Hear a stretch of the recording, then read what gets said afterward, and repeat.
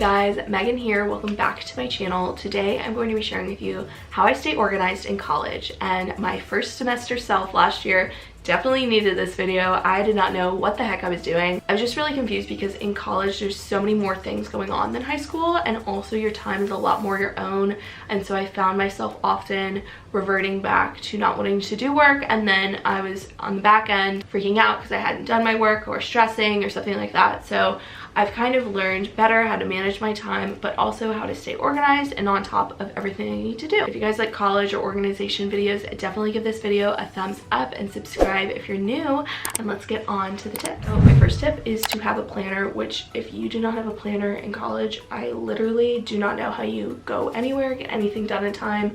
My Google Calendar is my life. I'm one of those, I'm sorry. I actually used to be an avid day designer lover, and I actually still have one for when I want to plan my days sometimes. Sometimes I really do like writing down my to-dos or something like that on paper. As for using a Google Calendar, I have a couple tips to share because I literally, if I didn't have my Google Calendar, I'd be lost out to sea. My first tip is to create new calendars for different kind of subjects. So I have one for school, one for classes, one for office hours, one for Chi-O, the sorority I'm in, and one personal one. So the personal one's just named Megan Kelleher. It's the default one that comes with your calendar. And then classes I have just so that I can toggle that on and off. Sometimes if I'm trying to plan my day and see if an appointment works or something like that, I can toggle it on and off so I don't always see it on there, but when I need to, it's there. Same with office hours. This is actually really great, and I discovered this last semester. If you put all the office hours in the calendar and you can repeat them until like the end of the semester, you then don't have to go back in your syllabi and check. You can just input it all at the beginning of the semester. You can toggle it on when you want to check to see, oh, I need to go to like econ office hours. When are they? And you can see when it is in your week, where it overlaps with the things you already have going on. And it's just made my life so much easier. I'm really into color coding, so I also have another system within that. So for example, for YouTube, whenever I'm filming a video, I'll change the color from like, it's like a teal to a green, because green means film to me.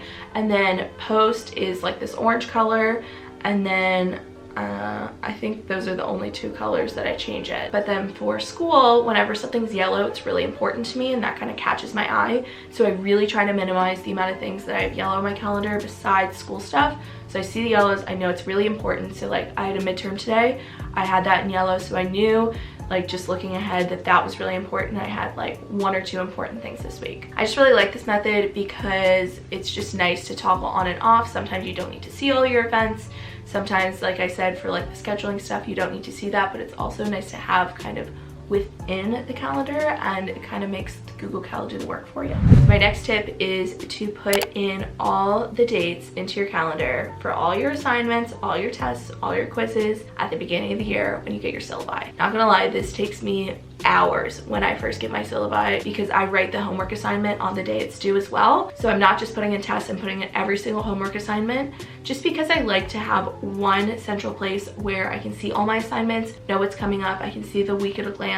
I can't imagine doing the syllabi, like looking through the syllabi each week. That's way too much work. Like I said before, centralized place, but also when I type in these events to my Google Calendar, I put them as an all-day event, so they show up top, but at the beginning I'll put the little designation that they are. So I'm in Intro to Media Studies, and that's MDST, so I put MDST colon and then whatever the assignment is. Sometimes it's way too long to put in the title, so I'll put MDST 2 readings, and then in the description I'll put the 2 readings and the exact copy and pasted from the syllabus, just so that I can see it. It's all there, but it's not like crowding up the title. Also, if you have a meeting or something, you can put the location of the meeting into Google Cal, and I do that for office hours, which is really nice, and any additional information. I don't know, just I like to put as much into Google Cal as I can, just because it's easier for me because it's all in one place.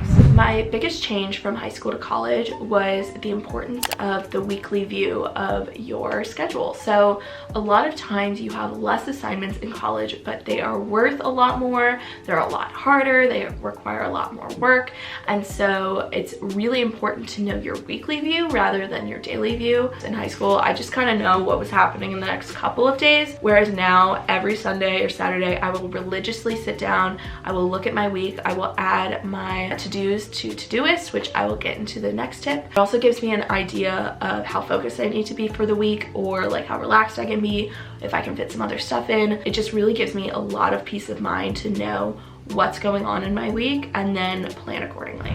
So going off of that, after I know my tasks that I need to do for the week, I actually put them into an app called Todoist, and I have this on my computer. I really liked the idea of it because I like that you can move it. I like that you can see 7 days, because I was trying to do this in my own planner. I have a daily planner from Day Designer, but I found sometimes it was hard for me to see like the projected view of the week and kind of see like sometimes I needed to switch things up, and you can do that a lot easier obviously in a digital format. So with this, I just put all the assignments in each subject and then I assign them a date to be done. So this kind of helps me both stay on top of my tasks, but also to kind of get ahead and make sure that I'm being proactive with my studying, or, you know, just making sure that I'm getting my readings done on time.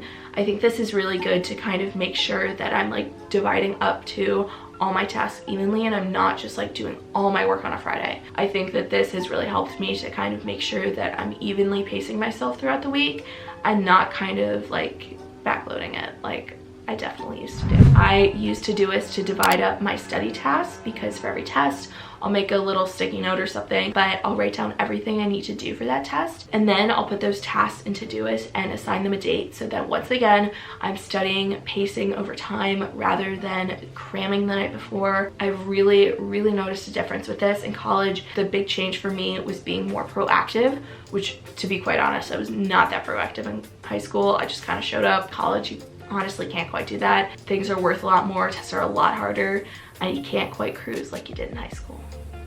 So the next tip is to plan your day hour by hour. Now, I will say I actually do this sometimes and it works great and I really get the things done, or it will kind of like suffocate me and make me not want to do the assignments even more. So it kind of really depends for me on the day. Recently, I've kind of fallen into the habit of feeling like my time is just wasting. I don't have enough time to finish everything. When I sit down and look at the assignments that I have to do and plan it out hour by hour in my day, as like when I have class, when I can do an assignment, I realize that it's very doable and I have the time, I'm just not making time for it. It kind of just helps me to make sure that I'm not just sitting on my bed scrolling through Instagram for 2 hours, and I'm actually being productive. So this tip might be a bit much for people, but it is to make a grade spreadsheet. In college, you really don't have a centralized place to see all your grades. You kind of have to like go in and calculate them yourself each time, and then it's too late to realize you have to get like an 110 on the final to get an A in the class.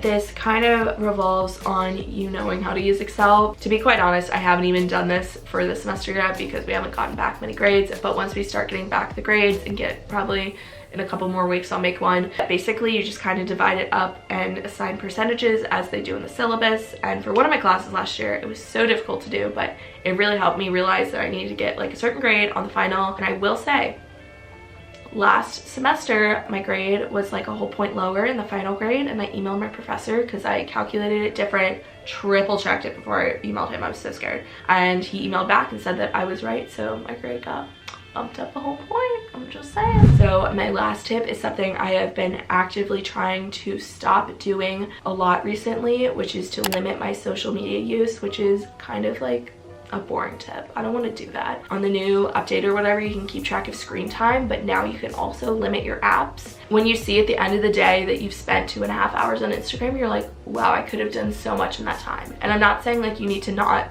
check Instagram or anything like that ever. Just like keep it to a minimum. Actually set limits on my phone to now all my social networking apps will like turn off or whatever after I've used them collectively an hour and a half. That's me working my way down, okay? I also have done this thing where at night at like 12:30 or so, all my apps will turn off so I can't use them. And so you have to actively like go past it and be like, no, I want to spend more time on it. And it kind of just makes you think like, do I really need to check Instagram for like the 80th time today instead of going to sleep? Probably not. So with that, kind of like my closing tip or just kind of word of advice is to make sure that when you're working, and when you're not, you're not. This seems so obvious, but in college the lines are just so blurred between working and not working. Recently, I've really tried to make an effort between when I'm doing work, I am doing work, I am focused, I don't have my phone near me, and the only way the not working part works is if you actually get your work done throughout the week. You know, in an ideal world, I'd make Saturday my absolutely no work day, but that's not usually the case. So I like to maybe say in the morning I'm gonna work, and then the afternoon I'm gonna have fun with my friends or go shopping or something like that. So just kind of having that even balance will make for a much happier life. And with that, I really hope that you guys enjoy this video and that it was helpful for you guys. If you have any more tips to kind of share in the comments, definitely leave them down below. I'd love to read them. And if you guys haven't subscribed yet, definitely subscribe down below, and I'll see you guys in my next video. Bye guys.